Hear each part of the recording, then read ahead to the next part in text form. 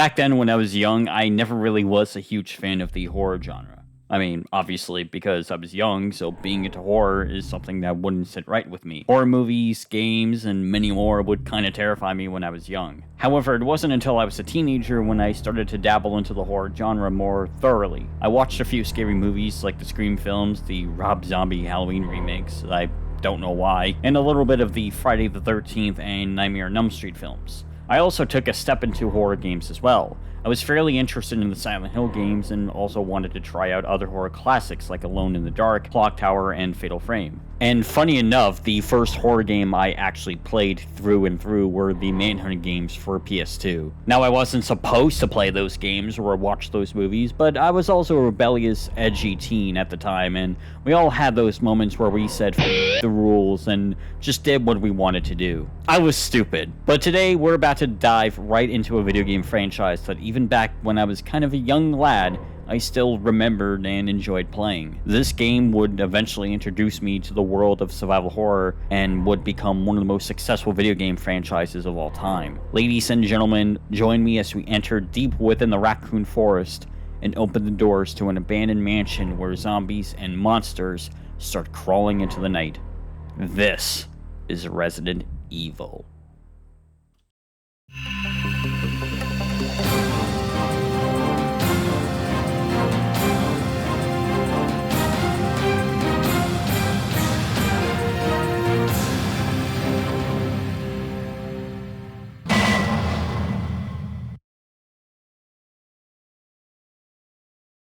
The development history for the original Resident Evil 1 is nothing we've heard about before, but if you are new to the series or haven't known about it yet, let me fill you in. Back in 1989, filmmaker Kiyoshi Kurosawa wrote and directed a horror movie called Sweet Home, featuring popular Japanese actors such as Nobuko Miyamoto, Noko, Fukumi Kuroda, and the late Shingo Yamashiro. And for a movie released in 1989, it was a pretty ambitious film for the time. I do like the film's cinematography, the designs for the creatures look cool, and its musical score, done by Masayo Matsuura, is outstanding. Matsuura's score for the film gives off a game that came out for the Super Famicom during the parts of the film where everything is so nice and calm and relaxed. Everyone is mellowed out, and the score just sounds very hopeful and cheerful. While the scary, intenseful moments sound like something you could hear from an actual horror game. It's worth a watch in my opinion. It's free on YouTube, literally because people have uploaded the full movie online, so I say hurry up and watch it before it gets taken down. Now everyone might be thinking to themselves,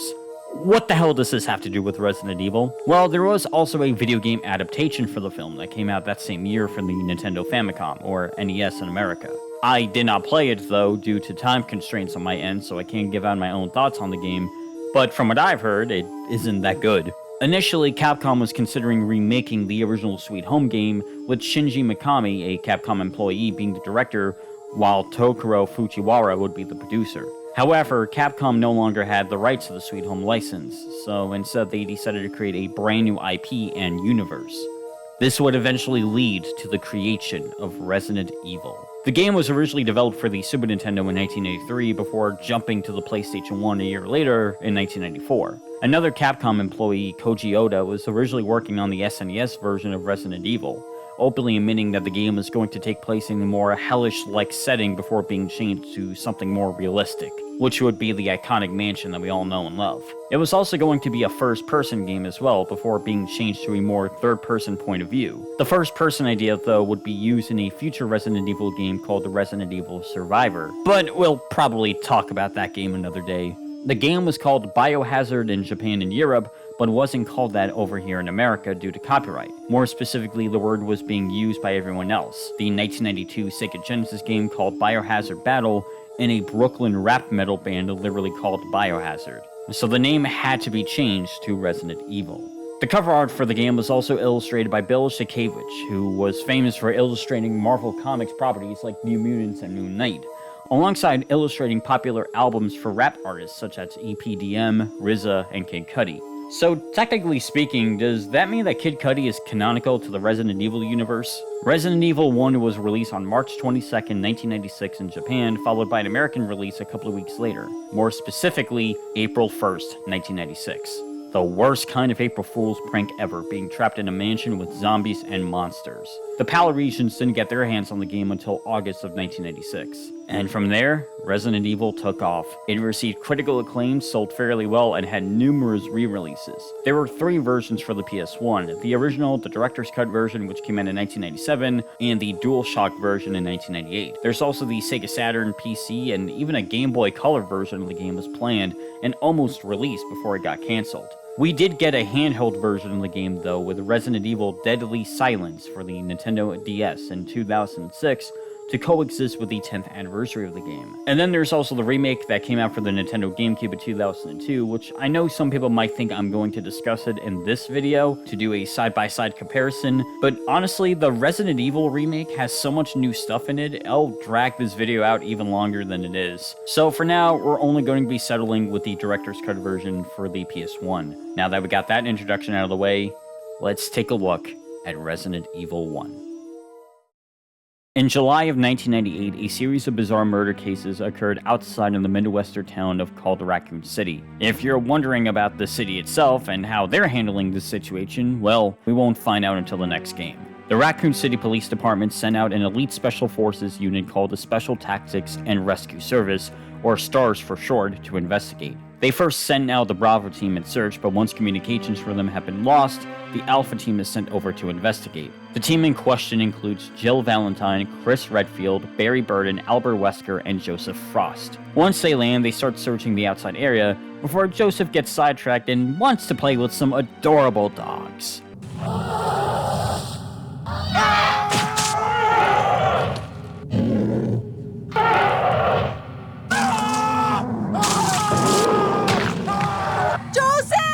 The Alpha team's pilot Brad decides to panic and fly away, leaving the rest of the A team stranded. They head inside an abandoned mansion as it's the only safe place they could go to. From here, the game branches off into 2 different scenarios. You have the option to play as Jill or Chris. In Jill's scenario, she, Barry, and Wesker enter the mansion, but Chris is missing for most of the game. Wesker disappears as well, meaning that it's only Jill and Barry by themselves. Chris's playthrough is pretty much the same, except everyone disappears. Barry, Jill, and Wesker, leaving Chris by his lonesome self. He does meet up with Bravo team member Rebecca Chambers, who is pretty much the Barry of Chris's playthrough. Oh! Oh no! Oh no! Oh no! Regardless of which character you play though, the story remains the same.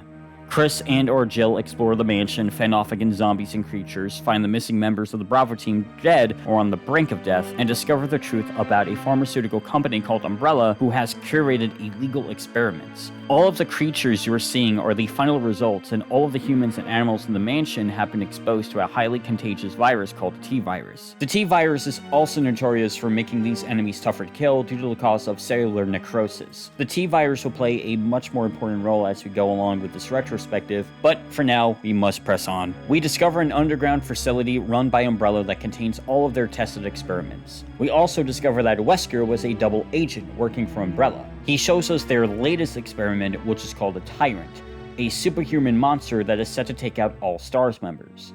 Almost like another superhuman monster that will appear in a future RE game soon. But someone should have told Wesker to take off the STARS uniform because he gets killed off by the Tyrant. You defeat the Tyrant and escape the basement, and depending on who you play as, you will find either Jill or Chris locked up. You make it all the way to the helipad and light a signal for Brad to come pick you up before the mansion is set to explode. However, the Tyrant comes back.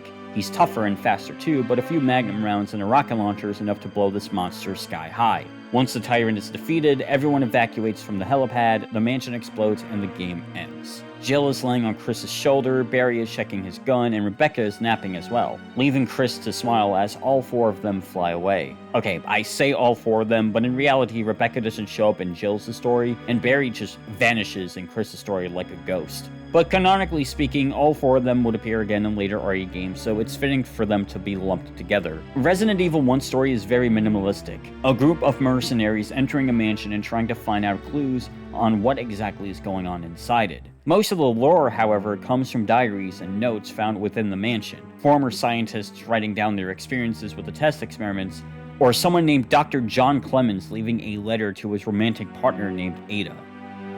Wonder who this Ada person is. That being said, these diaries and letters are more of wanting the player to imagine what exactly happens inside the mansion, as opposed to actually giving us lore about the story. That's not to say that these letters and diaries aren't bone-chilling or anything. The itchy, tasty letter is still unsettling to read even now. Throughout the game, we do get in-game cutscenes where the characters are discussing with their partners, but that's all we ever get from it. Just the usual, I'm going to check over here, you check over there. Sometimes you do get a couple of interactions with Wesker prior to his portrayal, but it's mostly just the same thing as well. In fact, while we're on the topic of the game's cutscenes, let's address the elephant in the room. The game's voice acting and writing is bad. It's so bad, but damn it, I also love it. Everyone just sounds forced with their deliveries. Barry releases a chuckle every time he sees something disturbing like a zombie. What is it? Jill sounds like a robot for some reason. Nothing. What is this all about? I can't figure it out at all. Now it's Wesker's time to disappear. I don't know what's going on. Chris is... well, Chris. There's nothing else you could have done anyway. It's good you're here. And Wesker. Oh my god, Wesker. He has got to be my favorite of the bunch. In the game, he's supposed to be portrayed like this cool-looking badass while wearing sunglasses outside in the dark. But in reality, he's nothing more than a little bitch. And I mean that in a good way. When he showed Chris the Tyrant, the way that Chris laughed, followed by Wesker just saying, Chris? Stop it. always makes me laugh. He also created a new vocal stem for me. Stop it. Don't open that door. I know the acting is supposed to be a spoof or inspired by silly B-horror movies and stuff like that, but spoof or not, that still doesn't change the fact that it's still awful with some of the worst writing I think I've ever heard in any video game. I mean, the Jill sandwich line perfectly sums it up. You were almost a Jill sandwich. You're right. But story and cutscenes aren't enough to differentiate between Jill and Chris's campaign. They both share similar gameplay styles, but they also have some differences between each other as well. Jill is able to carry up to 8 items in her inventory slot, and she is capable of lockpicking almost every door and drawer in the game. And she has her lucky pal Barry by her side to get her out in a jam, like with getting the shotgun early on in the game. You know, the Jill sandwich line. She can also mix chemicals and even play the piano. Then you got Chris Redfield. Chris might be the stronger and has more health than Jill, but his inventory slot is limited to 6, meaning that you'll be having even less space to carry certain key items. Alongside with the fact that unlike Jill, he cannot lockpick, so he needs small keys to unlock drawers that Jill is capable of lockpicking on her own. He also does not know how to mix chemicals and even play the piano. So, yeah. Screw Chris, stick with Jill. That being said, it doesn't matter which character you play as, because Resident Evil still requires a ton of backtracking, item management, current planning on what you have to do next, and making sure you have enough ink ribbons to save your game. Yes, you do need ink ribbons to save your game, and you need to make sure that you have enough in order to save your game, because if you die, you will lose a ton of progress. And if you aren't careful, you will die a lot. Resident Evil uses tank controls, meaning that no matter what position you're in or where that camera is pointing, pressing up on the D-pad moves you up, left and right turns your body, and pressing down lets you walk backwards. Camera angles are also fixed, meaning that it's in one good spot until you head off into the next area, in which case it moves to a different spot. Sometimes the game can, often at times cleverly, hide enemies behind the wall, making it hard for you to see them. Even if you can hear their sound cues, you don't know where they'll show up. It might take some time getting used to, especially if you're playing this game for the first time. Resident Evil is not an easy game to come by at first glance. I played this game years ago, and it took me a good while to finish the game because of the tank controls. But if you're able to master it, then you should be able to beat this game in only 2 or 3 hours. Maybe less if you know how to maneuver around zombies. Resident Evil is all about planning. Do you want to waste your ammo on clearing out zombies in halls? Or do you want to save them for future potential boss fights? Assuming you know that there is a boss fight up ahead, because Resident Evil just introduced these boss fights with no fanfare out of the blue. There are multiple enemies in the game. Your typical zombies should be easy to go by unless you're in tight corridors, in which case using your weapon is advisable. Cerebruses are a pain, especially if you're in the garden area. Taking them out one by one is fine enough as it is, but in swarms it's pretty much a death sentence. Same thing with hunters. It pisses me off that I I share the same name as these bastards because these guys can cut your damn head off in seconds flat. The boss fights are also very weak in comparison. Yawn the snake is obnoxious to fight. You could slither on by and grab one of the key items, but due to the tank controls and how the room is layered out, you'd be lucky if you manage on getting out alive without even getting poisoned. Plant 43 isn't that hard as long as you mix some chemicals and use the V-Jolt to weaken it. You will still need to fight it, but it's much weaker if you use the V-Jolt on the roots of the plant. If not, then good luck because you are going to need it. The spider boss fight is no problem as long as you use the Colt Python, and the Tyrant goes down fairly easy with the weapon as well, but that depends on if you still have ammunition for the weapon, because Resident Evil has limited ammunition in the game. According to scenario writer Kenichi Iwao, one part of the inspiration of this idea came from the Activision game Alcazar the Forgotten Fortress, more specifically the MSX version of the game that came out in 1985. That game also had very limited ammunition, and you were able to find it in randomized dungeons. Iwao also wanted more ways to attack zombies, such as mines and traps, but couldn't due to time constraints. So instead we have to settle with limited ammo, and a piss-poor knife that, unless if you really want to preserve your ammo, I do not recommend using because it is so pitiful. It has a short range, slow as hell, and the only way I can recommend using this knife is by doing the pause glitch. Swipe your knife, pause the game, rinse, repeat. And maybe you'll get lucky. Resident Evil also has some puzzle solving as well, but it's mostly basic. Find an object, put it into this thing, and then just move on to the next section of the mansion. Some of them are more thought out than usual though, like the pictures going from an infant to an old man puzzle, and underneath it you push switches. It's very easy to remember though, and unless you just want to be pecked by crows, it'll be no problem to solve it. Honestly, the easiest puzzles in the entire series by far.